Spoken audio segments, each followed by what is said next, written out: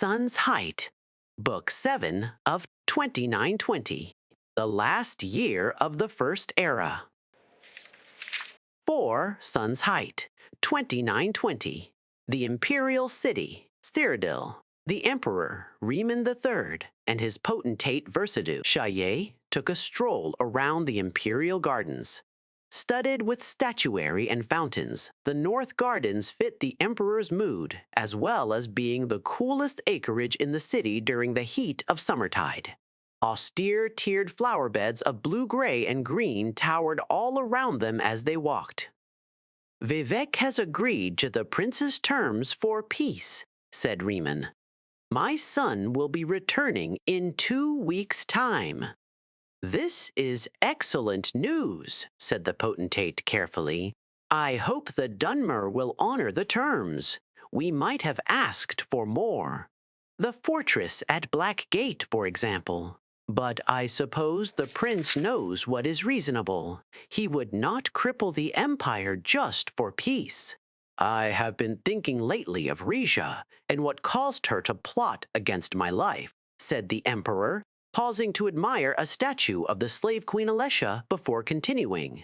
"The only thing I can think of to account for it is that she admired my son too much. She may have loved me for my power and my personality, but he, after all, is young and handsome and will one day inherit my throne.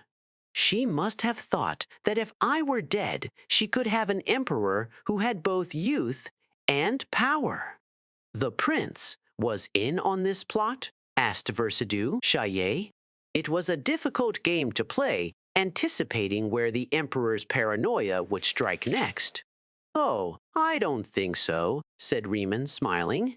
"No, my son loves me well. Are you aware that Corda, Raja's sister in an initiate of the Morwa Conservatorium in Hegathi?" asked the potentate. "Morwa?" asked the emperor. "I've forgotten. Which god is that?" "Lusty fertility goddess of the Yokadans," replied the potentate. "But not too lusty, like Debella. Demure, but certainly sexual. I am through with lusty women.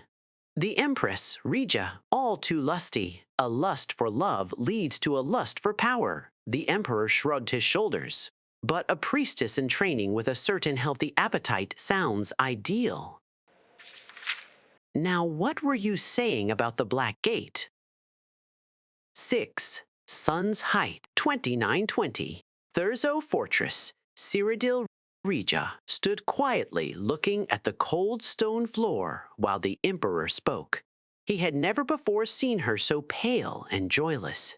She might at least be pleased that she was being freed, being returned to her homeland.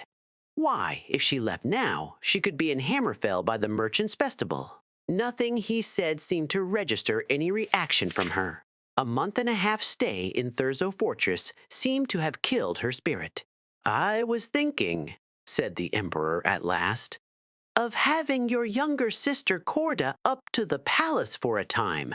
I think she would prefer it over the conservatorium in Hegathi, don't you?" Reaction at last. Rija looked at the emperor with animal hatred, flinging herself at him in a rage. Her fingernails had grown long since her imprisonment, and she raked them across his face, into his eyes. He howled with pain, and his guards pulled her off, pummeling her with blows from the back of their swords until she was knocked unconscious. A healer was called at once, but the Emperor Riemann III had lost his right eye. 23. Sun's Height, 2920. Balmora, Morrowind, Vivek pulled himself from the water, feeling the heat of the day washed from his skin, taking a towel from one of his servants. Sultha Seal watched his old friend from the balcony. "It looks like you've picked up a few more scars since I last saw you," said the sorcerer. "Azura granted that I have no more for a while," laughed Vivek. "When did you arrive?"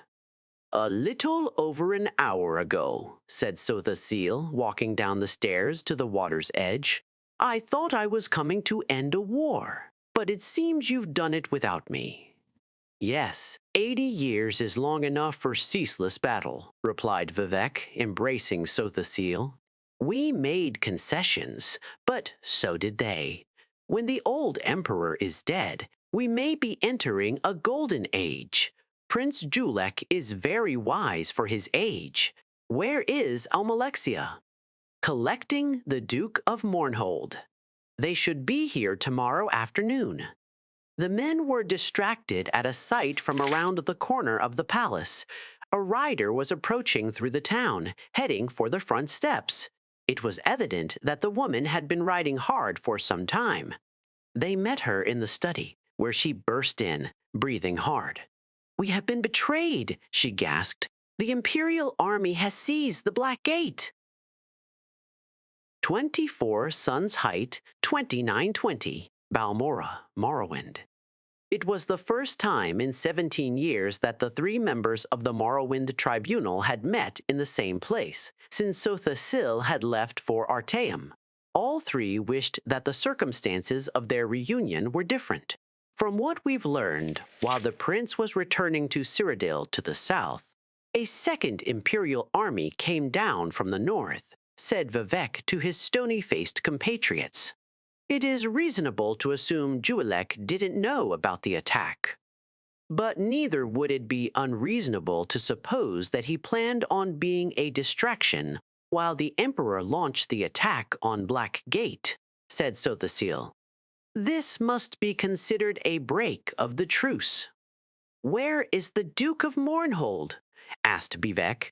I would hear his thoughts on the matter. He is meeting with the Night Mother in Tel Arun, said Almalexia quietly. I told him to wait until he had spoken with you, but he said that the matter had waited long enough. He would involve the Morag Tong in outside affairs? Vivek shook his head and looked to Sothasil. Please, do what you can. Assassination will only move us backwards. This matter must be settled with diplomacy or battle. 25. Sun's Height, 2920. Tel Arun, Morrowind. The Night Mother met Sothasil in her salon, lit only by the moon. She was cruelly beautiful, dressed in a simple silk-black robe, lounging across her divan. With a gesture, she dismissed her red-cloaked guards and offered the sorcerer some wine. You've only just missed your friend, the Duke, she whispered. He was very unhappy, but I think we will solve his problem for him. Did he hire the Morag Tong to assassinate the Emperor? Asked Sothasil. You are straightforward, aren't you? That's good. I love plain-speaking men. It saves so much time. Of course, I cannot discuss with you what the Duke and I talked about, she smiled. It would be bad for business. What if I were to offer you an equal amount of gold for you not to assassinate the Emperor? The Morag Tong murders for the glory of Mephala and for profit, she said, speaking into her glass of wine. We do not merely kill. That would be sacrilege. Once the Duke's gold has arrived in 3 days' time, we will do our end of the business, and I'm afraid we would not dream of entertaining a counteroffer. Though we are a business as well as a religious order, we do not bow to supply and demand, Sothasil. 27 Sun's Height, 2920, the Inner Sea, Morrowind. Sothasil had been watching the waters for 2 days now, waiting for a particular vessel, and now he saw it. A heavy ship with the flag of Mournhold. The sorcerer took the air and intercepted it before it reached harbor. A call of flame erupted over his figure, disguising his voice and form into that of a Daedra. Abandon your ship, he bellowed, if you would not sink with it. In truth, Sothasil could have exploded the vessel with but a single ball of fire, but he chose to take his time to give the crew a chance to dive off into the warm water. When he was certain there was no one living aboard, he focused his energy into a destructive wave that shook the air and water as it discharged. The ship and the Duke's payment to the Morag Tong sunk to the bottom of the inner sea. Night, mother, thought Sothasil as he floated towards shore to alert the harbor master that some sailors were in need of rescue. Everyone bows to supply and demand. The year is continued in Last Seed.